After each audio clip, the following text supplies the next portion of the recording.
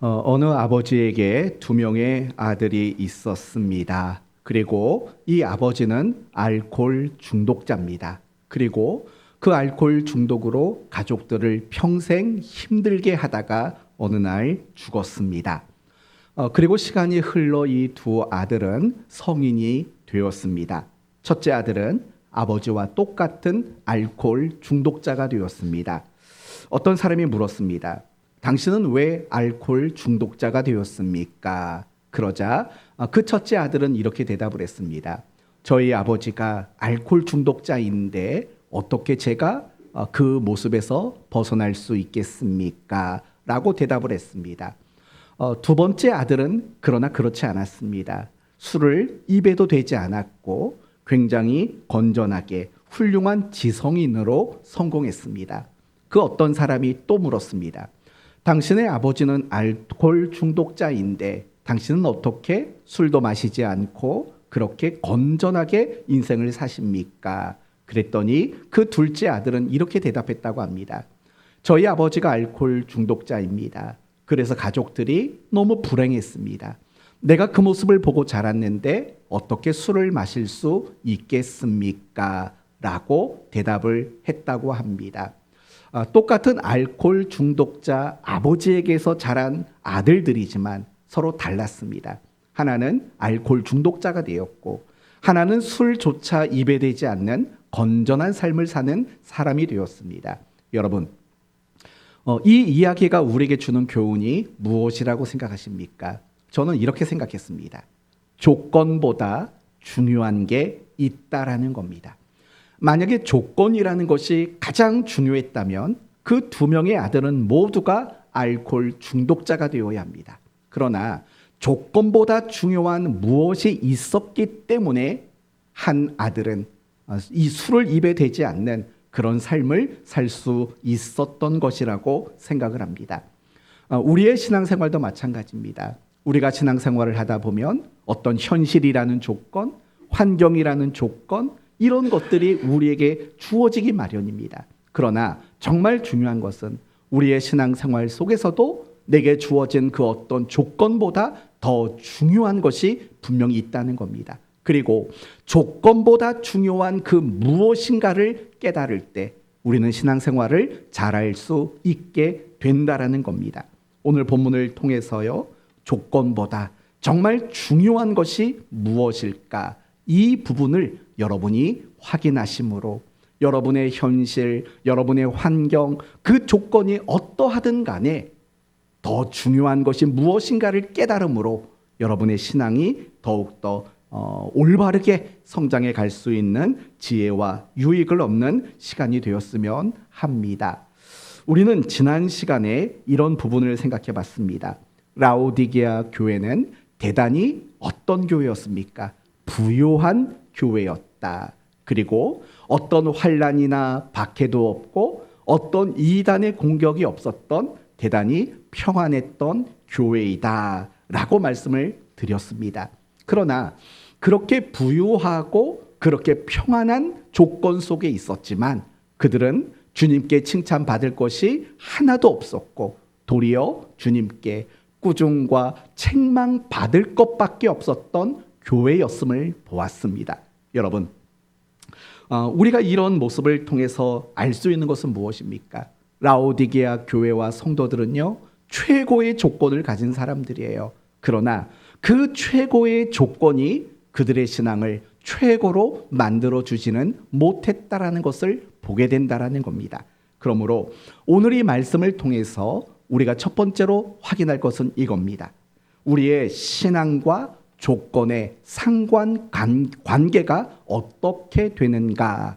우리의 신앙과 조건은 상관이 있는가 없는가? 이 부분을 먼저 여러분과 함께 나누려고 합니다. 이제 여러분에게 이렇게 물어봅니다. 조건이라는 것이 우리의 신앙에 영향을 미친다고 생각하십니까? 미치지 않는다고 생각하십니까? 여러분 각자 마음으로 대답을 해보세요. 내 삶의 조건들, 현실이든 환경이든 무엇이든 그 조건이 나의 신앙에 영향을 끼친다, 끼치지 않는다. 마음으로 답을 하셨습니까? 여러분의 마음의 답은 뭡니까? 끼친다입니까? 안 끼친다입니까? 답을 말한다면 내 삶의 어떤 조건도 내 신앙에 아무런 영향을 끼치지 못합니다. 무슨 말이냐면 내게 조건이 좋다고 해서 내가 신앙생활을 잘하게 되는 게 아니라는 거예요. 반대로 말한다면 내 조건이 나쁘다고 해서 신앙생활을 못할 수밖에 없는 것은 결코 아니라는 거예요. 한마디로 말한다면 내 조건은요, 나의 신앙에 아무런 영향을 끼치지 못한다라는 거예요. 어쩌면 여러분은 이 부분이 이해가 되지 않을 수도 있어요. 목사님, 내가 부자로 살고 먹고 마시고 살 걱정 안 하면 내가 신앙생활 더 잘할 수 있지 않을까요? 내가 조금 더 건강하고 내 삶이 조금 더 여유가 있다면 내가 신앙생활 잘할 수 있지 않을까요? 나는 지금 너무 바빠요. 나는 지금 가난해요. 나는 지금 너무 몸이 아파요. 그래서 내가 어떻게 신앙생활을 잘할 수 있겠어요? 혹시 이런 생각을 가지고 있는 분은 안 계십니까? 사실은 성경은 우리에게 그렇지 않다고 말하는 거예요. 내게 지금 주어진 그 조건, 현실, 환경이 어떠하든 간에 그것이 내 신앙생활에 도움이 되거나 내 신앙생활을 방해하는 요소가 될 수 없다라고 성경은 우리에게 말해주고 있다라는 거예요. 이 부분을 이제 여러분에게 몇 가지 본문으로 설명을 드리려고 해요. 첫 번째는요, 마가복음 10장 말씀을 보시면 예수님의 제자가 되겠다고 찾아온 부자 청년에 대한 이야기를 소개하고 있어요. 말 그대로 이 청년은요, 굉장히 큰 부자예요. 어릴 때부터 부요한 환경에서 자란 그런 사람이었어요. 그런데 그 부자로 살아왔던 자신의 인생이 과연 신앙에 도움이 되었는가를 한번 생각해 보세요. 보면 전혀 도움이 되질 않았어요. 그걸 어떻게 아냐면 이 부자 청년이 예수님을 찾아온 이유가 뭐라고 그랬죠? 예수님의 제자가 되려고 찾아왔어요. 예수님이 그 마음을 아시고 그 부자에게 이렇게 말을 했어요. 그래? 네가 정말 내 제자가 되고 싶어? 그러면 네 소유를 다 팔아서 가난한 자들에게 나누어 주고 그리고 나서 내 제자로 들어오렴. 이렇게 제안을 했다고요. 그런데 그 말을 듣고 이 부자 청년은 어떻게 했을까요? 제자가 되었을까요? 되지 못했을까요? 되지 못했어요. 왜냐하면 그 청년은 너무 부자였기 때문에 자신이 그 부요함을 포기하면서까지 예수님의 제자가 될 마음은 없었던 거예요. 그렇게 부자임에도 불구하고 그 부요함이 예수님의 제자가 되는 그 일에 아무런 영향을 끼치지 못했다라는 것을 우리는 금방 확인할 수 있는 거예요. 열왕기상 17장 말씀을 보면 반대의 경우가 소개가 돼요. 사르밧 과부의 이야기 여러분 아시죠? 이 사르밧 과부는요, 어린 아들 하나밖에 없었어요. 여러분, 어린 아들 하나밖에 없었다는 것은 무슨 말일까요? 의지할 곳이 없었던 사람이에요. 그래서 이 여자는요, 한 끼 먹으면 없어질 그 정도의 양식밖에 없었다고요. 너무 최악의 조건이지 않습니까? 그런데 어느 날 엘리야가 찾아와서 뭐라고 말하냐면요, 그 한 끼 남은 양식을 자기를 위해 달라는 거예요. 그때 주었을까요? 주지 않았을까요? 주었다라는 거예요. 한번 잘 생각해 봐요. 정말 최악의 조건이지 않습니까? 그럼에도 불구하고 사르밧 과부는요, 그 최악의 조건이 그의 신앙을 방해하지 않았다라는 것을 우리는 확인하게 돼요. 조금만 더 이야기해 봅시다. 구약 이스라엘 백성들은 광야에서 살았어요. 몇 년간 살았습니까? 40년간 살았어요. 그런데 그 광야 40년 동안 이스라엘 백성들은 다양한 원망들을 가지고 있었어요. 예를 들면 먹을 것이 없다, 마실 것이 없다, 또는 고기가 없다, 이런 식의 원망을 가지고 살았어요. 그런데 그들의 원망은 단순한 원망이 아니었어요. 이런 의미의 원망이에요. 배가 고파서 하나님의 뜻대로 못 살겠습니다. 목이 말라서 순종하지 못하겠습니다. 고기를 먹지 못해서 거룩에 도달하지 못하겠습니다. 라고 이야기를 하는 거예요. 한마디로 말한다면 광야의 이스라엘 백성들은 이런 말을 한 거예요. 하나님, 이런 열악한 조건 속에서 우리가 하나님 백성답게 살기를 바라십니까? 그건 불가능한 일입니다. 라고 이야기하고 있는 거예요. 그래서 하나님은 그들에게 어떻게 하셨습니까? 만나를 먹이셨어요. 반석에서 물을 내어주셨어요. 뿐만 아니라 메추라기로 그들이 고기가 먹고 싶다고 할 때 고기를 제공해 주셨어요. 거기에다가 그들의 옷이 낡지 않고 그들의 신발이 닳지 않도록 만드시는 놀라운 은혜의 역사까지 덧입혀 주셨어요. 몇 년 동안이요? 40년 동안 그런 은혜를 베풀어 주셨어요. 그때 하나님은 신명기 8장 3절에 이런 말씀을 하세요.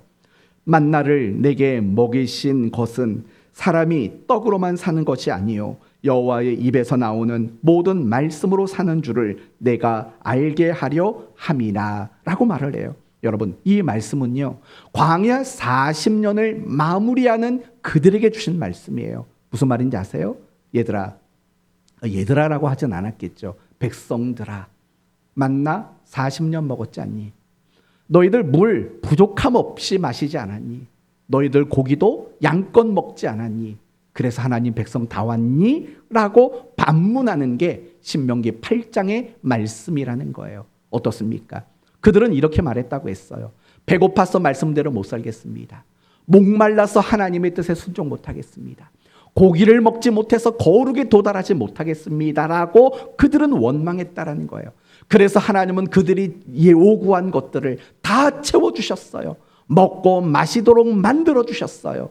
그랬다면 그들이 광야 40년 동안 하나님께 순종하고 하나님 백성다운 삶을 과연 살아냈을까요? 그렇지 않았다라고 이야기하는 게 바로 신명기 8장 3절에 사람이 떡으로만 살 것이 아니오라는 그 말씀의 의미였다라는 거예요. 그들은 젖과 꿀이 흐르는 가나안 땅에 들어간 이후에도 하나님 백성답지를 못했다라는 거예요. 무엇을 의미할까요? 조건이 그들을 하나님 백성답게 만드는데 하나의 도움이 되지 않았다라는 거예요. 마지막으로 한 가지 이야기만 더 해봅시다. 여러분은 누가복음 16장에 나오는 부자와 거지 나사로의 이야기를 알 거예요. 이 부자는 어떻게 살았습니까? 최고의 조건 속에 살았어요. 자색 옷을 입었고 고운 베옷을 입었고 호와 호식을 하는 최고의 조건이었어요. 그러나 거지 나사로는 최악의 조건 속에 살았어요. 예를 들면 온 몸이 상처투성이에요. 부자의 대문 앞에서 버려진 음식을 주워 먹으며 살았어요. 최악의 조건인 거죠. 그러나 과연 결말은 어떻게 됐을까요? 이 부자는 음부에 떨어져 영원히 고통을 당했다고 말을 하고 이 나사로는 아브라함의 품에 안겼다라고 이야기를 한다고요. 그러면 이 이야기가 우리에게 보여주는 게 뭐예요?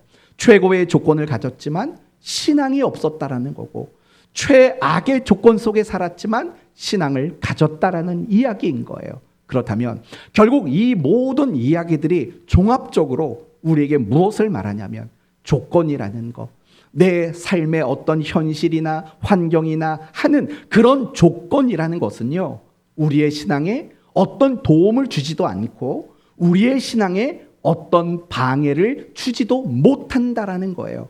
조건은 우리의 신앙에 아무런 영향을 끼치지 못한다라는 거예요. 이걸 더 단적으로 말한다면 이렇게 말할 수 있는 거예요. 우리의 수준이 하나님에게 영향을 끼치지 못한 것과 똑같다라는 거예요. 예를 들면 이런 거예요. 여러분이 강해요. 여러분이 실력이 좋아요. 그게 하나님에게 도움이 될까요? 도움이 되지 않아요. 왜요? 이미 하나님에게는 모든 실력과 모든 강함과 모든 능력이 다 있어요. 내가 강하다고, 내가 똑똑하다고, 내가 뭔가를 잘한다고 그게 하나님께 도움이 되지를 않아요. 뿐만 아니라 내가 못났어요. 내가 잘할 줄 아는 게 없어요. 나는 연약해요. 과연 그게 하나님께 방해가 될까요? 전혀 그렇지를 않아요. 왜냐하면요, 우리의 수준과 하나님의 수준은 비교할 수 없이 다르기 때문에 그래요. 마찬가지인 거예요. 조건이라는 것은요, 신앙이라는 수준에 미치지를 못하는 더 낮은 개념이기 때문에 그런 거예요. 그래서 우리가 어떤 조건 때문에 내가 신앙생활을 잘한다, 내가 어떤 조건 때문에 신앙생활을 못한다, 이런 것들은 성립할 수가 없다라는 거예요. 여러분의 삶의 조건이 어떠하든지 간에 그것은 여러분의 신앙에 아무런 영향을 끼치지를 못한다라는 거예요. 그런데 이상하죠? 내가 느껴지기에는 그렇지가 않아요. 내가 느끼기에는 나의 이 열악한 조건들이 내 신앙을 자꾸 방해하는 것처럼 느껴져요. 나의 이 가난이 나의 신앙을 흔들어 놓는 것 같아요. 나의 이 약한 육신이 내 믿음을 자꾸 방해하는 것 같이 느껴질 때가 있다라는 거예요. 그러면 앞뒤가 맞지 않잖아요. 저는 분명히 성경을 근거로 여러분에게 말했어요. 조건이라는 것은 우리의 신앙에 아무런 영향을 끼치지 못한다고 말했어요. 그러나 내가 느끼는 것은 조건 때문에 신앙이 도움도 받는 것 같고 방해도 받는 것처럼 느껴진다고 말씀을 드렸어요. 도대체 그 이유는 무엇일까요? 두 가지 이유가 있어요. 첫 번째 이유는 사탄이 우리를 그렇게 속이는 거예요. 사탄은요, 너무나도 간교해요. 그래서 우리가 신앙생활을 못하는 거에 대해서 무엇을 핑계하도록 만드냐면 조건을 핑계하도록 만드는 거예요. 야, 너가 그런 열악한 조건에서 어떻게 하나님을 섬겨? 라는 식으로 우리를 유혹하고 우리를 속이는 일을 하기 때문에 그래요. 그리고 우리는 그 사탄의 속임수에 너무 쉽게 넘어가는 거예요. 그래서 맞아, 나는 가난해서 믿음 생활 못하는 거지, 나는 몸이 아파서 못하는 거지, 나는 이런 환경이기 때문에 못하는 거지 라고 그렇게 내 스스로가 속아 넘어가는 거예요. 또 하나의 이유가 있어요. 그것은 여러분 스스로가 내가 신앙생활을 열심히 하지 못하는 거에 대한 핑계를 삼기 때문에 그래요. 예를 들면 이런 거예요. 마태복음 25장 말씀을 보시면 달란트 비유가 나와요. 주인이 먼 나라로 떠나갈 때 3명의 종에게 각각 달란트를 맡겨요. 첫 번째 종에게는 5달란트를, 두 번째 종에게는 2달란트를, 세 번째 종에게는 1달란트를 맡겨요. 그리고 5개와 2달란트 맡은 종들은 열심히 일을 해서 갑절로 이윤을 남겼어요. 5개 맡은 사람은 5개의 달란트를 더 불렸어요. 2달란트 맡은 종도 열심히 일을 해서 2달란트를 더 벌었어요. 그런데 문제는 1달란트 받은 사람인 거예요. 이 사람은 어떻게 했습니까? 주인에게 1달란트를 받았을 때 그것을 땅에 감추어 두어요. 그리고 주인이 돌아오자 그 맡았던 1달란트를 주인에게 되돌려줘요. 그러면서 이렇게 말을 해요. 잘 들어보세요. 당신은 굳은 사람이라 심지 않는 데서 거두고 해치지 않는 데서 모으는 줄 내가 알았으므로 두려워하여 나가서 당신의 달란트를 땅에 감추었나이다. 뭐라고 말하냐면 당신은 굳은 사람이라. 무슨 말이냐면 당신은 독한 사람이고 당신은 못되고 악한 사람이라는 거 내가 알아서 내가 혹시라도 손해보면 당신이 나를 가만히 두지 않을 거라고 생각해서 이 1달란트를 그냥 땅에 묻어두고 장사하지 않았습니다. 이렇게 말하는 거예요. 여러분, 이 1달란트 받은 종은 악하고 게으른 종이에요. 그런데 그 악하고 게을렀던 원인을 누구 때문이라고 말하는 거죠? 주인 때문이라는 거예요. 주인 때문에, 조건 때문에 나는 악하고 게으를 수밖에 없었다라고 말하는 거예요. 그러자 주인이 이런 대답을 해요. 그러면 네가 마땅히 내 돈을 취리하는 자들에게 맡겼다가 내게 돌아와 원금과 이자를 받게 하는 것이 마땅하지 않느냐. 취리하는 자는 뭐냐면 돈을 보관하고 이자를 주는 사람을 말하는 거예요. 오늘날로 말한다면 어디일까요? 은행이에요. 은행. 적어도 은행에 맡겨놨다면 이자라도 붙을 거 아니냐라고 주인이 말하는 거죠. 그 말의 의미는 뭐냐면 너가 지금 말하는 그 모든 말은 핑계에 불과한 거다라고 이야기하는 거예요. 요즘은 뭐냐면 이 1달란트 받은 사람의 악함과 게으름은 원인이 무엇이냐? 자꾸 조건 때문이라고 이야기를 했다라는 거예요. 악한 주인 때문에 내가 이렇게 됐다라고 핑계하고 있다라는 거예요. 사실 우리도 마찬가지인 거예요. 왜 자꾸 현실 때문에, 환경 때문에, 조건 때문에 내가 신앙생활을 못한다고 생각하냐면 내 스스로가 그걸 핑계거리를 찾는 거예요. 나는 이래서 못할 수밖에 없는 거 아닙니까? 라고 내 스스로가 핑계거리를 찾는 거죠. 그리고 대부분의 성도들이 그렇게 핑계거리를 찾다 보니까 이게 공론화되어 가지고 마치 어떤 조건이 내 신앙에 영향을 미치는 것처럼 보편화되어 버리고 말았다라는 거예요. 그러나 다시 원래대로 돌아옵시다. 중요한 것은 무엇이냐면 우리의 어떤 조건도 우리의 신앙을 방해하거나 우리의 신앙에 도움을 주는 일은 없다라는 거예요. 조건은 우리의 신앙에 아무런 영향을 끼치지를 못해요. 라오디게아 교회를 보세요. 부요했어요. 너무나도 평안했어요. 그런데 그것이 그들의 신앙에 유익을 주었습니까? 전혀 그러지 못했다는 것을 우리는 알고 있다라는 거예요. 사랑하는 성도 여러분, 우리는 항상 기억하셔야 돼요. 조건이 내 신앙에 아무런 유익을 끼칠 수 없다라는 사실을 인정하셔야 돼요. 그리고 내가 혹여나 신앙생활을 잘 못하고 있다면 여러분에게 필요한 것은 뭐냐면 정직함이 필요한 거예요. 누구 때문에 또는 어떤 조건 때문에 못합니다라는 비겁함이 아니라 내 스스로 그것을 못했다고 인정할 줄 아는 정직함이 필요한 거예요. 그리고 내게 어떤 조건이 있다 할지라도 그 조건 앞에 충성할 수 있는 충성스러움이 우리 모두에게 필요한 거예요. 그러므로 성도 여러분, 조건 앞에 정직하시고 어떤 조건이든 간에 여러분이 그리스도인으로서 충성해 나갈 수 있는 우리 성도들 모두가 되기를 예수님 이름으로 축원드립니다. 혹시 여기까지는 이해가 되셨나요? 조건은 우리의 신앙에 아무런 영향을 끼치지 못한다. 여기까지 왔어요. 그렇다면 라오디게아 교회는요, 왜 열정을 잃어버렸을까요? 라오디게아 교회는요, 왜 칭찬받지 못하고 꾸중만 받는 신앙이 되었을까요? 그 진짜 이유는 뭘까요? 지난주에는 이렇게 말했어요. 주님과의 친밀한 교제가 없었기 때문이다 라고 말씀을 드렸어요. 이제 오늘 본문에서는요, 조금 더 중요한 이야기를 할 거예요. 그들이 열정을 잃어버리고 그들이 꾸중밖에 받지 못한 신앙으로 무너져버린 이유는 그들에게는 신앙의 올바른 목표가 없었기 때문에 그래요. 더 정확히 말한다면 그들이 가지고 있는 신앙의 목표와 하나님이 제시하신 신앙의 목표가 서로 달랐기 때문이다라고 오늘 본문은 말하고 있어요.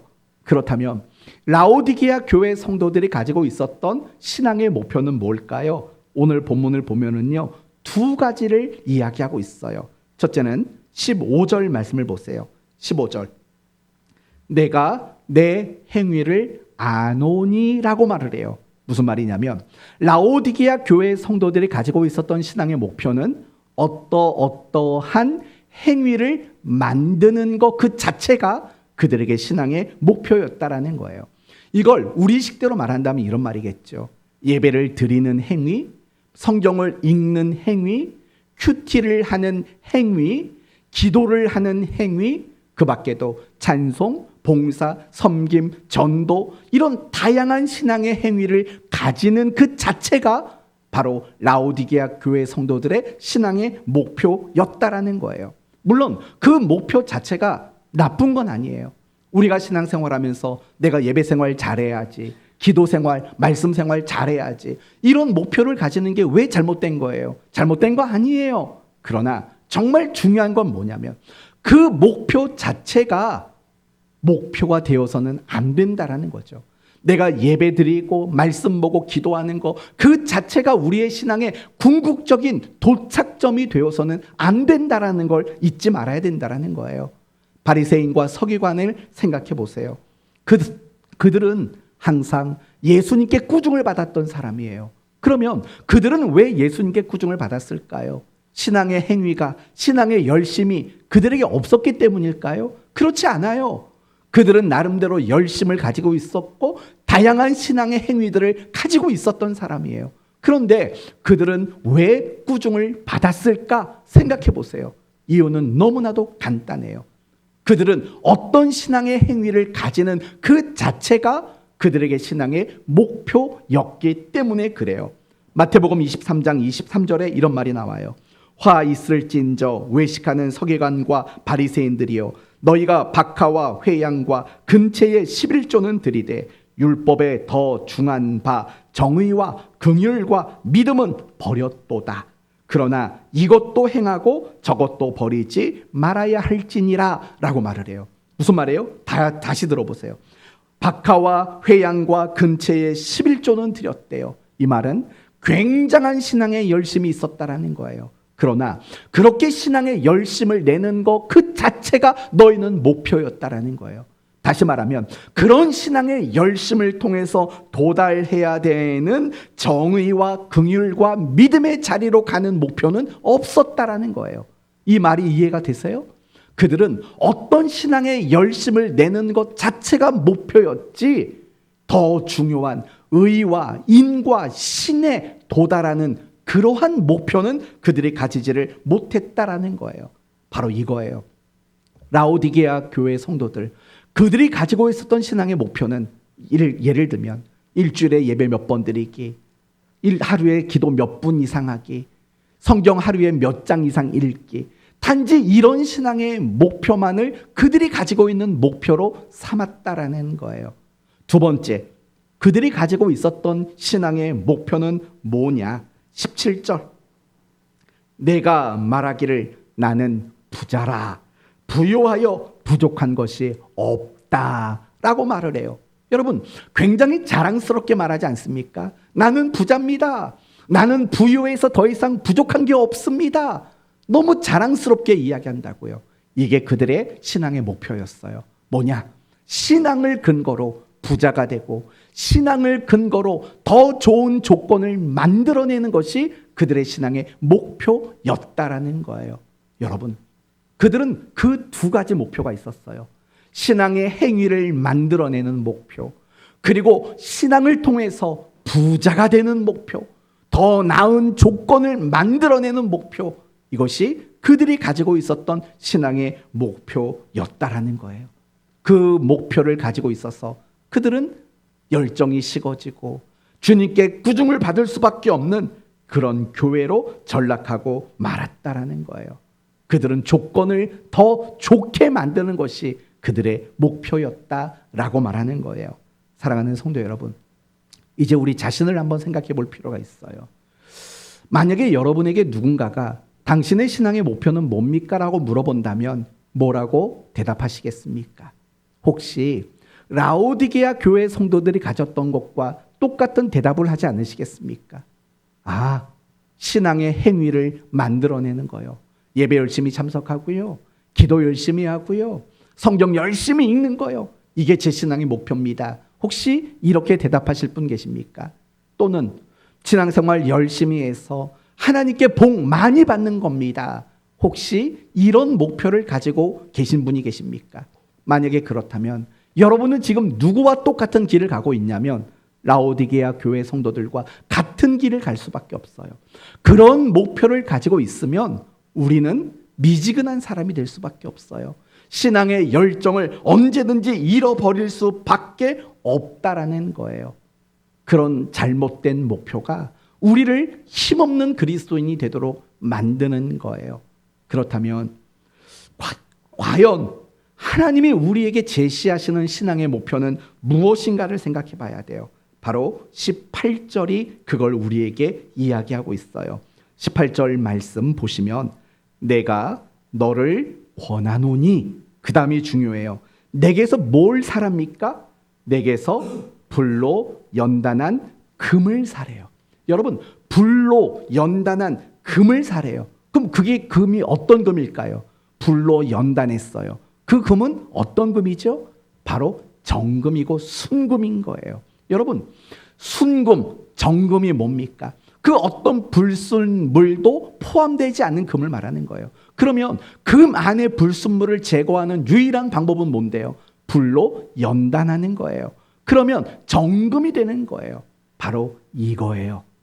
하나님이 우리 모두에게 제시하시는 신앙의 목표는요, 정금 같은 신앙, 정금 같은 믿음을 가지는 것, 그게 하나님이 우리 모두에게 제시하시고 요구하시는 신앙의 목표라는 사실을 우리는 알아야 된다는 거예요. 이게 여러분의 신앙의 목표가 돼야 돼요. 당신의 신앙의 목표는 무엇입니까? 라고 묻는다면 여러분은 이렇게 대답하셔야 돼요. 정금 같은 신앙을 가지는 겁니다. 라고 대답할 줄 알아야 된다는 거예요. 이게 하나님이 우리에게 제시하신 가장 중요한 신앙의 목표이기 때문에 그래요. 예를 들면 믿음의 조상 아브라함을 근거로 여러분에게 설명을 드리도록 하겠습니다. 아브라함은 어떤 사람입니까? 갈대아 우르에서 우상을 숭배하던 사람이었습니다. 그리고 그가 75세가 될 때까지 아이를 갖지 못했던 사람입니다. 그러던 어느 날 하나님이 이 아브라함을 부르셨고 그에게 아들을 줄 것을 약속하셨습니다. 그리고 그 약속을 받은 지 25년 뒤에 100살이 되던 날 그는 하나님의 약속대로 아들을 받았습니다. 얼마나 행복했겠습니까? 얼마나 기뻤겠습니까? 그런데 그 기쁨이 가득할 어느 날 하나님은 아브라함에게 이런 명령을 합니다. 내가 사랑하는 그 독자 이삭을 번제로 바치라는 겁니다. 여러분, 번제가 뭔지 아시지요? 몸을 반으로 쪼개서 이 갈비를 마디를 조각내서 그걸 불태워버리는 게 번제입니다. 여러분 자식을 번제로 드릴 수 있겠습니까? 옛날에 어떤 성도가 저한테 그렇게 말했어요. 목사님은 하음이를 번제로 바칠 수 있어요? 라고 물었던 사람이 있어요. 저 마음속으로는 그럼 당신은 할 수 있습니까? 라고 되묻고 싶었지만 글쎄요 라고 얼렁뚱땅 넘어간 경험이 있습니다. 아직도 그 질문이 생생해요. 그리고 사실 하고 싶었던 말은 그런 말도 있어요. 하나님이 그걸 바라시겠습니까? 그런 말을 하고 싶었는데 여러분 같으면 어떻게 하시겠어요? 번제까지는 너무 지나치니까 그냥 손가락 한마디만 잘라와라 한들 여러분 하시겠냐고요. 근데 아브라함은요 결단을 했어요. 그리고 정말 그 아들을 데리고 모리아 산에 가서 번제로 바치려고 했어요. 그 순간 하나님이 말씀하시죠. 아브라함아 멈춰라. 이제야 비로소 네가 나를 사랑하는 줄 내가 알았다 라고 말씀을 하셔요. 그리고 하나님은 그런 아브라함의 눈에 무엇을 보여주냐면 수풀에 걸려있는 수양 한 마리를 보게 하세요. 그리고 그 수양을 본 아브라함이 했던 유명한 신앙 고백이 있지요. 무슨 고백입니까? 여호와 이레라는 고백이에요. 여호와 이레라는 뜻은 이런 뜻이에요. 하나님이 다 준비하셨습니다 라는 뜻이에요. 그렇다면 아브라함이 말했던 하나님이 준비했다라는 그 준비는 도대체 뭘 두고 하는 말일까요? 설마 수풀에 걸린 양 한 마리를 가지고 하는 이야기일까요? 그게 아닙니다. 아브라함이 고백한 여호와 이레는 이런 뜻입니다. 하나님, 저는 갈대아 우르에서 우상을 숭배했던 사람입니다. 하나님이 누군지도 알지 못했던 사람입니다. 그런데 지난 수십 년간 있었던 모든 일들을 이제 깨달았습니다. 내가 겪었던 모든 순간은 결국 하나님이 내 아들조차 번제로 바칠 수 있는 믿음의 사람이 되도록 만들기 위해 했던 사건이었군요. 그 의미로 여호와 이레라는 그런 위대한 신앙의 고백을 했다라는 거예요. 내가 겪었던 모든 시간들이, 내가 겪었던 모든 눈물들이, 내가 겪었던 모든 답답한 순간들이, 내가 겪었던 모든 괴로웠던 순간들이 나를 하나님 보시기에 좋았더라 이 모습이 되도록 만들기 위한 사건들, 준비된 사건들이었군요. 아브라함은 바로 그 믿음의 고백을 했던 것입니다.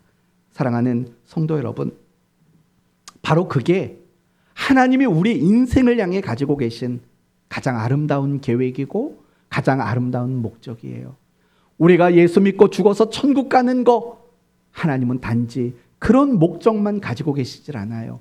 만약에 그런 목적이셨다면 예수 믿으면 빨리 데려가셔야죠. 그런데 예수를 믿어도 우리를 안 데려가요. 안 데려가요. 그러면 예수를 믿고 안 데려가실 거면 편안하게 좀 잘 살게나 해주시지, 너무 고생 슬픔 눈물 이런 걸 겪으며 가도록 만든다고요. 왜냐면은요, 하나님이 우리의 인생에 가지신 계획과 목적은 우리를 정금 같은 사람이 되도록 만드는 것이기 때문에 그래요. 하나님 보시기에 좋았더라.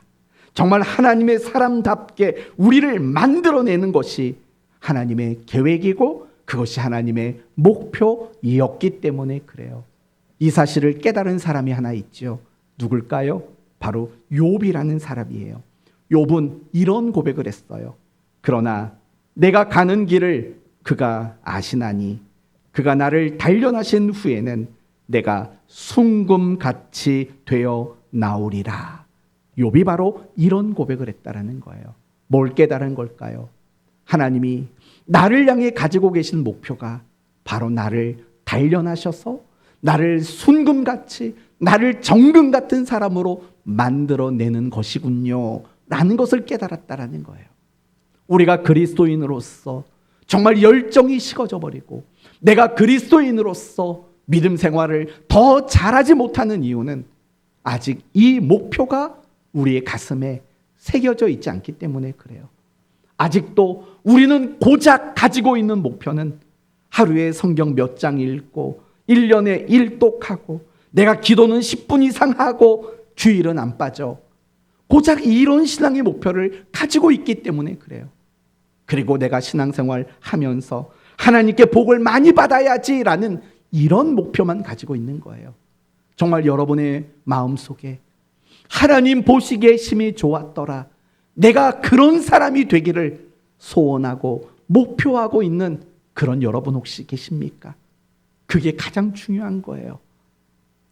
하나님이 나를 정금 같은 신앙으로 만들어 주시기는 거, 그게 우리의 가장 중요한 신앙의 목표가 되어야 한다라는 거예요. 그게 없으면 우리는 언제든지 라오디게아 교회와 같은 모습이 되어질 수밖에 없다라는 거예요. 사랑하는 성도 여러분, 오늘 이 시간 저와 여러분 모두가 함께 다시 이 신앙의 목표를 품었으면 좋겠어요. 하나님 보시기에 좋았더라. 정말 정금 같은 신앙을 가지는 이런 사람이 되는 게 우리 모두의 목표였으면 좋겠습니다. 그런 목표를 가지고 신앙의 행위를 만드는 거예요. 그런 목표를 가지고 내게 주어진 어떤 조건들을 기회로 삼는 거예요. 좋은 조건 속에서도 나를 정금같이 만드는 기회로, 정말 너무나도 나쁜 조건 속에서도 나를 정금 같은 신앙으로 만드는 그런 기회로 삼는 것이 성도의 자세라는 걸 우리는 알아야 돼요. 이제 끝으로, 그렇다면 내가 정말 정금 같은 신앙이 되기 위해서 필요한 것은 뭘까? 다시 18절 말씀을 보시면, 내가 너를 권하노니 내게서 불로 연단한 금을 사서, 연단이라는 말이 나와요. 연단, 단련이라는 뜻이겠죠. 우리에게 필요한 건 이 연단이 필요하다라는 거예요. 그렇다면 과연 연단이란 무엇인가? 저는 고민하면서 여러분에게 이렇게 말씀드리고 싶었어요. 내가 나의 신앙을 정금같이 만들기 위해 연단이 필요한데 과연 연단이 뭘까? 타협하지 않는 거예요. 갈등하지 않는 거예요. 그게 바로 연단이라고 말할 수 있는 거예요. 사랑하는 성도 여러분, 라오디게아 교회 성도들에게는 환난도 없었고 박해도 없었어요. 이유는 간단해요. 무엇이 없었기 때문일까요? 그들에게 연단이 없었기 때문이에요. 다시 말한다면 그들은 늘 세상과 타협했어요. 늘 세상 앞에 갈등했어요. 그러니 그들에게 무슨 환난이 있고 그들에게 무슨 박해가 일어나겠냐고요. 사실 우리도 마찬가지잖아요. 우리는 하나님의 뜻을 심장에 담고 살아가는 사람들이에요. 항상 하나님의 뜻을 소원해야 되고 항상 그 하나님의 뜻을 따라 살아가야 할 사람들이에요. 그러나 세상과 타협을 한다면 과연 우리에게 어떤 불편이 있겠냐고요. 과연 우리에게 어떤 손해가 있고 어떤 박해가 일어나겠냐고요. 아무것도 일어나지 않을 수밖에 없죠.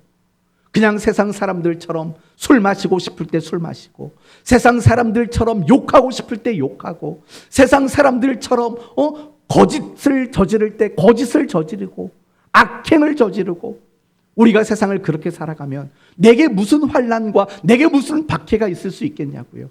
내게 무슨 연단이 있겠냐고요. 없는 거죠. 결국 라오디게아 교회 성도들, 그들에게 있었던 가장 잘못된 모습은 늘 세상과 갈등하며 타협하는 일을 저질렀다라는 거예요. 그건 연단이 아닌 거예요. 저는 여러분 모두가 정말 이런 연단이 있었으면 좋겠어요. 뭐예요? 타협하지 않는 거. 나는 하나님의 뜻을 품었어요. 그 하나님의 뜻과 세상의 뜻 앞에서 타협하지 않는 거예요. 갈등하지 않는 거예요. 세상과 과감하게 충돌할 줄 아는 거예요. 그게 나를 단련하는 거예요. 그런 단련, 그런 연단이 있을 때 우리는 비로소 정금이 되는 거죠. 이런 단련이 없는데 어떻게 우리는 정금이 되겠냐고요. 14K도 못 되죠. 여러분은 기독교 신앙이 뭐라고 생각해요? 기독교 신앙이란 십자가 위에 세워진 신앙이에요. 기독교 신앙이란 무엇이에요? 세상과 충돌할 수밖에 없는 신앙이 기독교 신앙이에요. 기독교 신앙이란 무엇이에요? 세상과 타협할 수 없는 자리에 서는 거예요. 그게 바로 기독교 신앙이라는 거죠. 그 기독교 신앙을 가지고 있을 때 우리는 늘 고통도 느끼고 외로움도 느끼고 힘겨움을 느낄 수밖에 없는 거죠. 그러나 중요한 것은 바로 그런 삶이 우리를 정금과 같은 신앙으로 만들어 준다라는 거예요. 저는 여러분이 세상과 충돌할 줄 아는 성도가 되기를 바라요. 자꾸 타협하고 갈등하고 도망가는 이런 신앙생활 말고 기꺼이 세상과 부딪히고 세상과 싸우고 세상과 충돌할 줄 아는 이런 단련의 시간이 여러분에게 생겨나기를 바라요. 그럴 때 저와 여러분 모두가 정금 같은 그런 신앙이 될 줄로 믿습니다. 이제 오늘 말씀을 마치겠습니다. 조건은 우리의 신앙에 아무런 영향을 끼치지를 못해요. 단지 우리가 사탄에게 속고 내가 열심을 내지 못하는 것을 그렇게 핑계대는 것뿐이에요. 절대로 조건은 우리의 신앙에 영향을 미치지 못해요. 그렇다면 우리는 어떤 조건을 바꾸고 조건을 개선하는 것이 우리의 신앙의 목표가 되어서는 안 돼요. 오직 우리의 신앙의 목표가 있다면 정금 같은 신앙이 되는 것 말고는 없어요. 그게 우리의 가장 궁극적인 신앙의 목표가 돼야 돼요. 이것을 위해서 갈등하지 마시고 타협하지 마시고 기꺼이 하나님의 뜻을 가슴에 품고 세상과 충돌하는 단련의 시간들을 만들어내시기를 바라요. 그럴 때 여러분 모두는 정금과 같은 신앙인이 될 거예요. 그리고 하나님께 칭찬받고 하나님의 기쁨이 되는 그런 영광스러운 인생을 살게 될 줄로 믿습니다. 이 시간 이후로 여러분의 신앙의 목표가 정금 같은 신앙이 되는 것으로 삼게 되기를 예수 그리스도의 이름으로 축원드립니다. 아멘.